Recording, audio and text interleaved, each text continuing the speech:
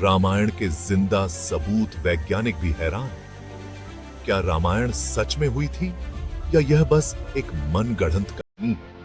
कुछ लोग इसे आस्था से जोड़कर देखते हैं तो कुछ इसे केवल एक काल्पनिक गाथा मानते हैं। लेकिन क्या आप जानते हैं कि ऐसे कई साइंटिफिक प्रूफ्स मिले हैं जो रामायण के सच होने की पुष्टि करते हैं? तो तैयार हो जाइए हमारे साथ एक ऐसे सफर पर निकलने के लिए जो आपको इतिहास के उन पन्नों से रूबरू कराएगा जहां धर्म और विज्ञान एक दूसरे से मिलते हैं। दोस्तों, आज हम आपको श्रीलंका ले चलते हैं, जहां सदियों पहले रावण का साम्राज्य हुआ करता था। कहते हैं रावण के पास पुष्पक विमान हुआ करता था जिससे वो हवा में उड़ान भरता था। लेकिन क्या यह सच हो सकता है? आपको यह जानकर हैरानी होगी कि श्रीलंका में रामायण रिसर्च टीम ने रावण के रामायण काल के 4 हवाई अड्डों को खोजने का दावा किया है। ये हवाई अड्डे श्रीलंका के अलग अलग हिस्सों में पाए गए हैं और इनकी बनावट और डिजाइन देखकर वैज्ञानिक भी हैरान हैं। इन हवाई अड्डों पर मिली कलाकृतियां, शिलालेख और स्ट्रक्चर्स इस बात का प्रमाण देती हैं कि रामायण काल में उड़ान भरना कोई कल्पना नहीं बल्कि हकीकत है। हालांकि कुछ लोग इन दावों को चुनौती भी देते हैं, लेकिन अगर वाकई में रामायण काल में हवाई जहाजों का अस्तित्व था तो यह मानव सभ्यता के इतिहास को ही बदल कर रख देगा। आपकी क्या राय है दोस्तों? कमेंट में जरूर बताइएगा। कमेंट में जरूर। दोस्तों, रामायण में रावण के सोने की लंका का जिक्र तो आपने सुना ही होगा, लेकिन क्या आप जानते हैं कि श्रीलंका में एक ऐसा महल मिला है जो रामायण काल का होने का दावा किया जाता है? श्रीलंका के घने जंगलों के बीच एक प्राचीन और विशाल महल के अवशेष मिले हैं। इस महल की बनावट, उसकी वास्तुकला और उसमें इस्तेमाल की गई टेक्नोलॉजी देखकर पुरातत्वविद भी हैरान है। कहा जाता है कि यह महल रावण का था। इस महल के अंदर से ऐसी कई चीजें मिली हैं जो इस दावे को और मजबूत करती हैं। इस महल के नीचे सुरंगों का जाल बिछा हुआ है जो कि रावण के महल का एक और प्रमाण माना जा रहा है। हालांकि अभी इस महल पर और रिसर्च जारी है, लेकिन अगर यह साबित हो जाता है कि यह वाकई रावण का महल है तो यह इतिहास की सबसे बड़ी खोजों में से एक होगी। क्या यह वाकई में रावण का महल है? क्या यह रामायण काल की भव्यता और वैभव को दर्शाता है? दोस्तों, रामायण में रावण द्वारा माता सीता का हरण करके उन्हें लंका ले जाने की बात तो आप जानते ही होंगे। रावण ने माता सीता को अशोक वाटिका में रखा था। क्या आप जानते हैं कि श्रीलंका में आज भी एक जगह है जिसे अशोक वाटिका कहा जाता है? कहते हैं कि यहीं पर रावण ने माता सीता को बंदी बनाकर रखा था। इस जगह पर आज भी ऐसे कई निशान मौजूद हैं जो रामायण काल की याद दिलाते हैं। यहाँ पर एक विशाल शिला है जिसके बारे में कहा जाता है कि माता सीता इसी शिला पर बैठकर अपना समय बिताती थी। इसके अलावा यहाँ पर कुछ ऐसे पेड़ पौधे भी पाए जाते हैं जो भारत में नहीं पाए जाते हैं। ये माना जाता है कि रावण माता सीता को खुश करने के लिए इन्हें हिमालय से लाया था। अगर आप कभी श्रीलंका जाएं तो अशोक वाटिका जरूर जाना। दोस्तों, यहाँ की फिजा में आज भी माता सीता का दर्द और वियोग महसूस होता है। दोस्तों, रामायण में एक प्रसंग आता है जब लक्ष्मण जी युद्ध में मूर्छित हो जाते हैं। उनकी जान बचाने के लिए हनुमान जी संजीवनी बूटी लाने के लिए द्रोणगिरी पर्वत पर जाते हैं। लेकिन क्या आप जानते हैं कि द्रोणगिरी पर्वत आज भी मौजूद है? कहा जाता है कि जब हनुमान जी संजीवनी बूटी ले जा रहे थे तो इस पर्वत का कुछ हिस्सा उनके साथ उखड़ कर आ गया। आज भी इस पर्वत पर वो जगह दिखाई जाती है जहां से हनुमान जी पर्वत का टुकड़ा उठाकर ले गए। इस पर्वत पर आज भी कई दुर्लभ जड़ी बूटियां पाई जाती हैं। द्रोणगिरी पर्वत आज भी एक रहस्य बना हुआ है। यहाँ की खूबसूरती देखते ही बनती है और यहाँ की पवित्रता मन को शांति देती है। दोस्तों, रामायण सच में होती है, इसका सबसे बड़ा प्रूफ है राम सेतु, जिसे एडम्स ब्रिज भी कहा जाता है।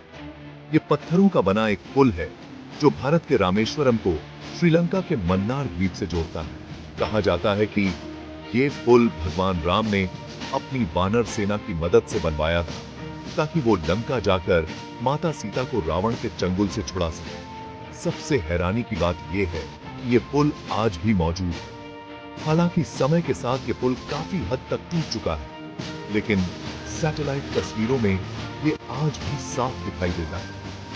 वैज्ञानिकों ने इस पुल का अध्ययन किया है और उनके मुताबिक ये पुल प्राकृतिक नहीं बल्कि मानव निर्मित है। राम सेतु न सिर्फ रामायण की सच्चाई का प्रमाण है, बल्कि ये भारत की समृद्ध संस्कृति और इतिहास का भी प्रतीक है। दोस्तों, रामायण में सुग्रीव नाम के एक वानर राजा का जिक्र आता है। सुग्रीव वानर सेना के प्रमुख थे, जिन्होंने भगवान राम की लंका विजय में महत्वपूर्ण भूमिका निभाई थी। रामायण के अनुसार रावण ने सुग्रीव के भाई बाली को मारकर उसका राज्य छीन लिया था। सुग्रीव को अपनी जान बचाकर भागना पड़ा था और वो ऋष्यमुख पर्वत पर एक गुफा में छिप गए थे। कहा जाता है कि वो गुफा आज भी मौजूद है। ये गुफा कर्नाटक राज्य में हम्पी के पास स्थित है। इस गुफा को आज भी सुग्रीव की गुफा के नाम से जाना जाता है। इस गुफा के अंदर ऐसी कई आकृतियां बनाई गई हैं जो वानरों जैसी दिखती हैं। कहा जाता है कि ये आकृतियां सुग्रीव और उनकी वानर सेना ने खुद बनाई थी। सुग्रीव की गुफा आज भी रामायण काल की याद दिलाती है। ये हमें उस युग की याद दिलाती है जब मानव और वानर एक साथ रहते थे और एक दूसरे की मदद करते थे। दोस्तों, हमने आपको राम सेतु के बारे में बताया था, जो भारत और श्रीलंका के बीच बना एक प्राचीन पुल है। क्या आप जानते हैं कि इस पुल को बनाने में इस्तेमाल किए गए पत्थर आज भी मौजूद हैं और पानी पर तैरते हैं? जी हाँ दोस्तों, ये सच है। ये पत्थर आम पत्थरों से अलग होते हैं। ये बहुत हल्के होते हैं और इनमें छेद होते हैं। शायद यही वजह है कि ये पत्थर पानी में डूबते नहीं हैं, बल्कि तैरते रहते हैं। कहा जाता है कि इन पत्थरों पर भगवान राम का नाम लिखा हुआ था, जिसकी वजह से ये पत्थर पानी पर तैरने लगे थे। वैज्ञानिकों ने इन पत्थरों का अध्ययन किया है और वो भी इस बात से हैरान हैं कि आखिर ये पत्थर पानी पर कैसे तैरते हैं। कुछ वैज्ञानिकों का मानना है कि इन पत्थरों में हवा भरी हुई है, जिसकी वजह से ये हल्के होते हैं और पानी पर तैरते हैं। राम सेतु के ये तैरते हुए पत्थर न सिर्फ रामायण की सच्चाई का प्रमाण है, बल्कि ये विज्ञान के लिए भी एक चुनौती है। रामायण की सच्चाई का दोस्तों, रामायण ग्रंथ के अनुसार हनुमान जी ने लंका के सोने की नगरी को जला दिया था। कहा जाता है कि हनुमान जी ने अपनी पूंछ में आग लगाकर पूरी लंका को राख कर दिया था। लेकिन क्या वाकई में लंका जली थी? क्या इसके कोई सबूत हैं?